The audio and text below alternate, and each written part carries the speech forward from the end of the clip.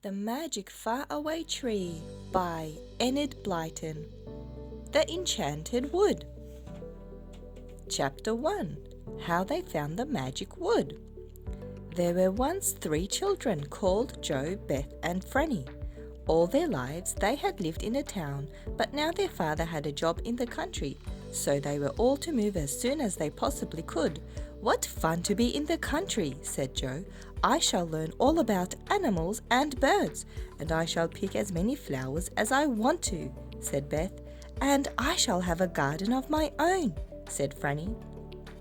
When the day came for the move, all the children were excited. A small van came to their door, and 2 men helped their father and mother to pile everything into it. When it was full, the van drove away and the children put on their coats and hats to go with their mother to catch a train to the station. "Now we're off," said Joe. The country, sang Beth. "We might see fairies there," said Franny. The train whistled and chuffed out of the station. The children pressed their noses to the window and watched the dirty houses and chimneys race by. How they hated the town! How lovely it would be to be in the clean country, with flowers growing everywhere and birds singing in the hedges. "We might have adventures in the country," said Joe. "There will be streams and hillsides, big fields and dark woods. Oh, it will be lovely." "You won't have any more adventures in the country than you will have in the town," said their father. "I dare say you will find it all very dull." But that's where he was quite wrong.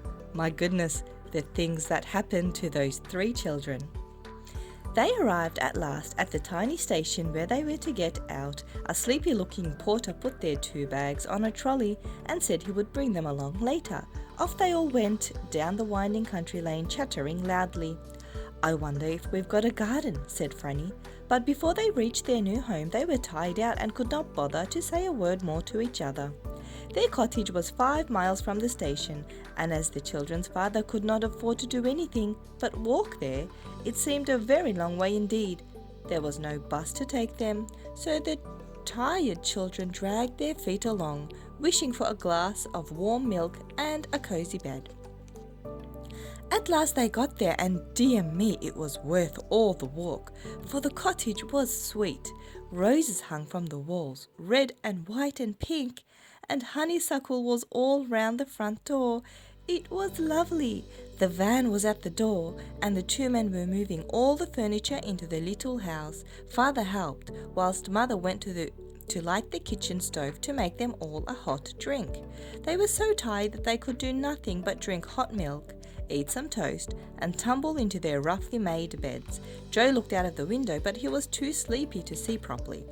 In 1 minute, the 2 girls in their small room were asleep, and Joe too, in his even tinier room. What fun it was to wake up in the morning and see the sun shining in at strange windows. It didn't take Joe, Beth and Franny very long to dress. Then they were out in the little garden, running through the grass that had grown so long, and smelling the roses that grew all around.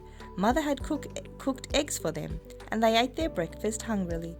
"It is lovely to be in the country," said Joe, looking out of the window to the faraway hills. "We can grow vegetables in the garden," said Beth. "There will be glorious walks all round," said Franny. That day, everyone helped to get the little houses straight and tidy. Father was going to work the next day. Mother hoped there would be someone to give her washing to do. Then she would make enough money to buy a few hens. That would be lovely. "I shall collect the eggs each morning and evening," said Franny happily. "Let's go out and see what the country roundabout is like," said Joe. "Can you spare us for an hour, Mother?" "Yes, run along," said Mother. So off the 3 children went, out of the tiny white front gate and into the lane. They explored all round about. They ran across a field where pink clover was full of bees. They paddled in a small brown stream that chattered away to itself under the willow trees in the sunshine. And then they suddenly came to the wood. It was not far from their cottage, at the back. It looked quite an ordinary wood, except that the trees were a darker green than usual. A narrow ditch separated the wood from the overgrown lane. "A wood," said Beth in delight. "We shall be able to have picnics here." "It's rather a mysterious sort of wood," said Joe thoughtfully. "Don't you think so, Beth?" "Well, the trees are rather thick, but they seem about the same as any others," said Beth. "They don't quite," said Franny. "The noise the leaves make is different. Listen." They listened, and Franny was right. The leaves of the trees in the wood did not rustle in quite the same way as other trees nearby did. "It's almost as if they were really talking to one another," said Beth, "whispering secrets, real secrets, that we just can't understand." "It's a magic wood," said Franny suddenly. Nobody said anything. They stood and listened. "Wish-wash, wish-washa, wish-washa," said the trees in the wood, and bent towards one another in a friendly way. "There might be fairy folk in there," said Beth. "Shall we jump over the ditch and go in?" "No," said Joe, "we might get lost. Let's find our way around before we go into big woods like this." "Joe, Beth, Franny," suddenly came their mother's voice from the cottage not far off. "It's time for lunch! Time for lunch!" The children felt hungry all at once. They forgot the strange wood and ran back to their new home. Mother had new bread with strawberry jam for them, and they ate a whole loaf between them.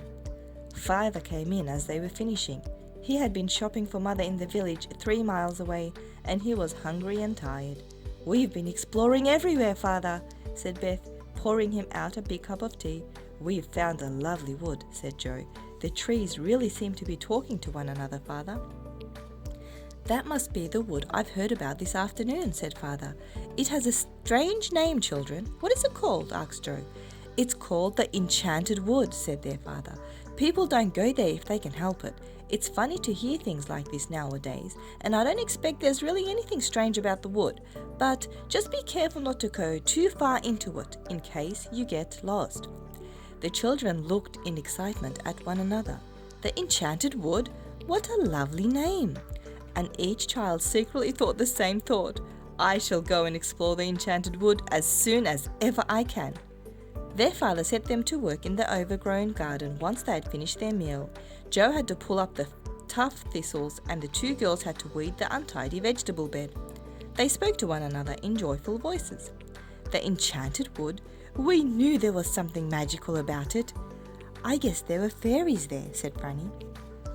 "We'll do some more exploring as soon as we can," cried Beth. "We'll find out what those whispering trees are saying. We'll know all the secrets of the wood before many weeks are past."